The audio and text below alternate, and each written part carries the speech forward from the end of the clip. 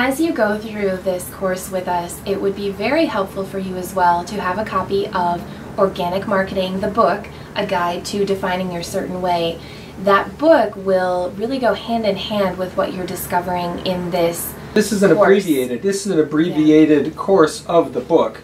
So the book certainly goes hand in hand. All of the material plus a lot more is going to be in written form. We would have to talk for hours and hours on each module to give the full content of what's in the book. So yes, absolutely the book would help. The other thing that you'll notice when you look at the tic-tac-toe board that we've got in one of the handouts for you is that there's axes across the top and down the side. And those help to relate decision making when you're in each square. So across the top, it's business, personal, universe, and down the left-hand side, it's business, personal, universe. So when you're looking at that square, the center square view happens to be where personal intersects with personal. So that should give you an indication that when developing out this square, you really need to be thinking about the fundamental reasons why you're in business and your why and what it is that you'd like to share with the world.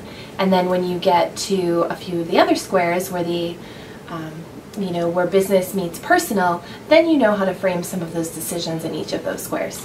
We always start in the middle, so let's do a quick run through of let's play tic-tac-toe. The squares. You know, where's the most obvious place to win?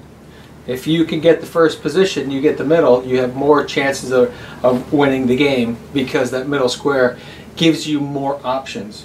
That's why we start in the middle. So with tic-tac-toe, as Al said, you start in the middle because that gives you the greatest number of chances to win.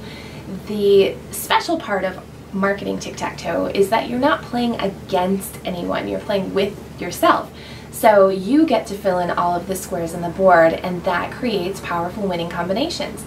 So as we navigate the tic-tac-toe board, we always start in the middle with the center square of you, and then we go through the squares in a specific order.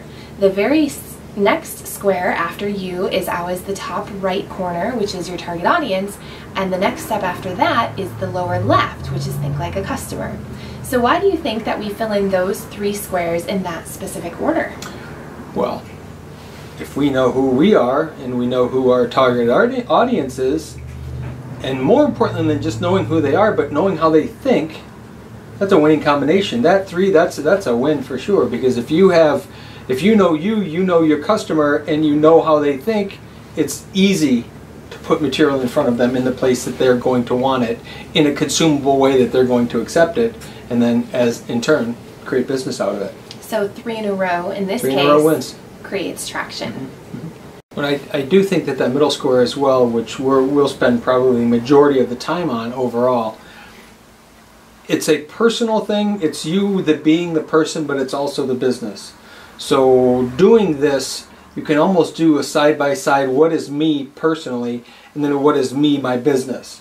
Now in a lot of cases they're kind of the same, but they're not necessarily. I mean, look at it, and don't jump around from one to the other. Either stay on you personally and figure all that out like you with respect to the business, or take the business and what the business stands for and then work everything around that. And I think people get a little confused with that, because when we say you could mean a lot of different things, but it's one of the two of those most of the time. It could be used for a lot of other things, but one of those two things.